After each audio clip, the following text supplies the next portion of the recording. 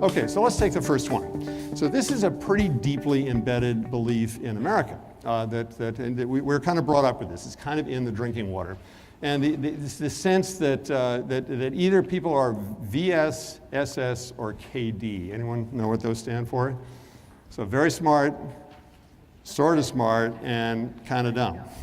And we really do kind of were brought up with this belief, whether it's tennis, whether it's being a writer and so forth. And we kind of believe there is this bell-shaped curve that's just kind of, it is what it is. So what can you change about that? And taking it a step further, one thing I've run across in my Marshall Memo reading is the idea of the fundamental attribution error, which is a hardwired tendency for human beings to make assumptions when they see people do stuff. For example, someone cuts in front of us in traffic. What's our assumption? It may not be printable. Okay, but so they're a bad driver, they're an idiot, they're reckless, and so forth. Not taking into account that perhaps there's a mechanical failure, perhaps there's someone giving birth in the back seat and they just got to get to the hospital real fast. So we tend to attribute, and for teachers, this is particularly poignant because someone walks into your classroom, they see something, they may make a quick assumption about you as a teacher. Or here comes this kindergarten kid walking in kindergarten not knowing their letters and their name even. And so that's a stupid kid versus a kid who hasn't had the kind of background that other kids have. So this is really, this will reinforce all kinds of social inequalities. Now I made this chart, and no one in Massachusetts likes to see this chart, but I made this chart from the data. So this shows with our state test, pretty robust test, the MCAS. The first year it was given, I was a principal, and across the state of Massachusetts, this is the racial breakdown for proficient and above on a rigorous state test. I just picked math. So these are the Asian kids, these are the white kids, these are the mixed other kids, and we have the black and brown kids down here. So right out of the box, we had a big achievement gap, racial achievement gap with the MCAS.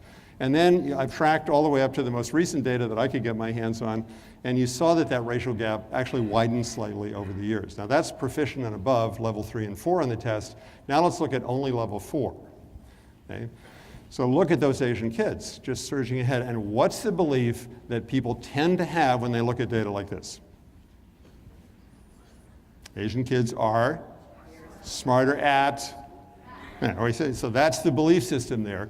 And it's, and this kind of chart tends to reinforce it. But actually, it's all about a way back belief system deeply embedded in Asian culture about achievement.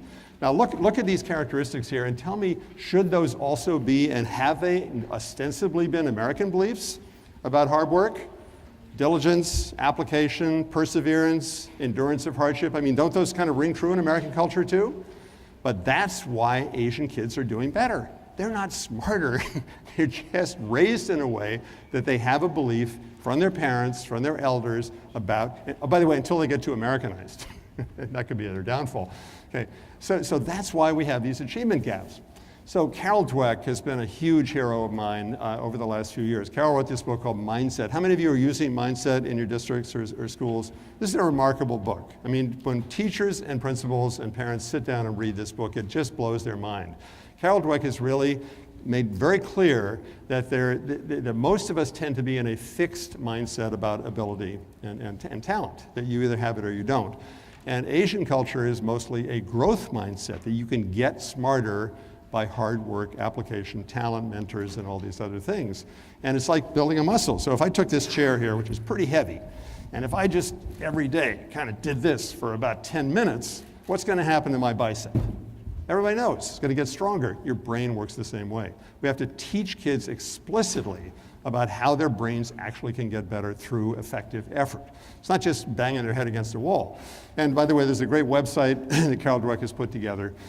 Jeff Howard, college classmate of mine, amazing American who has spent the last 50 years, by the way, we're coming up on our 50th reunion, the last 50 years of his life on the same mission, focused mostly on black and brown kids. And his cycle there is confidence, effort, development. Think you can, work hard, get smart. And he's been tremendously successful. Look up Efficacy, the Efficacy Institute, in getting the word out, similar to Carol Dweck, about how kids can actually get out of that downward spiral, which happens when you have the old belief system, into an upward spiral, a virtuous cycle.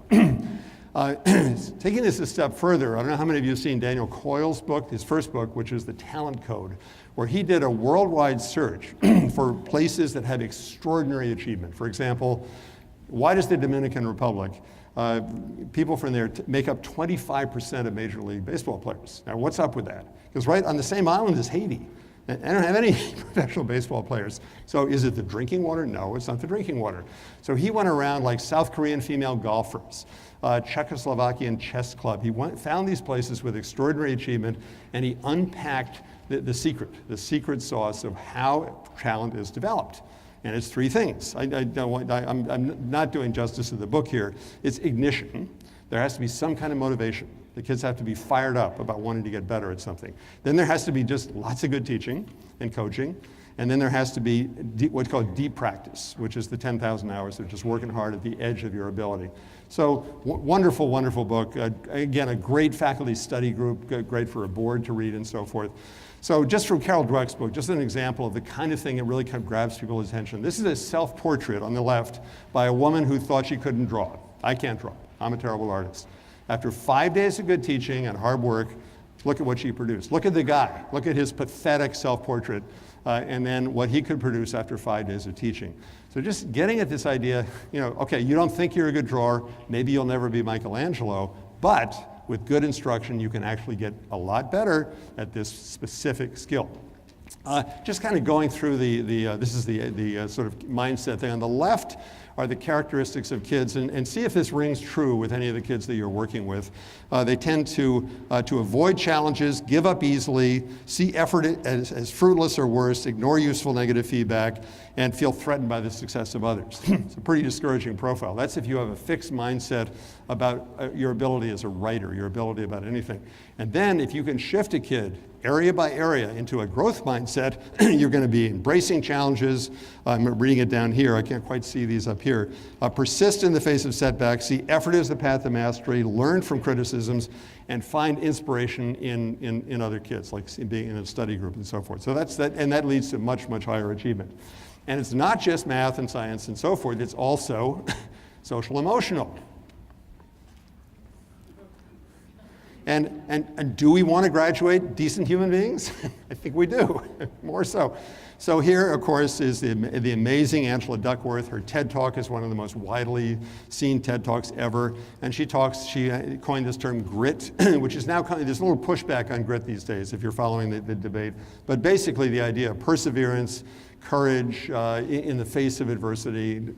By the way, does this ring a bell? It sounds like the Confucian system that I mentioned just a few minutes ago. So she's done wonderful work on this. And here are 4 books, all of them about emotional intelligence, which we realize now is just as important to college and career as the academic stuff.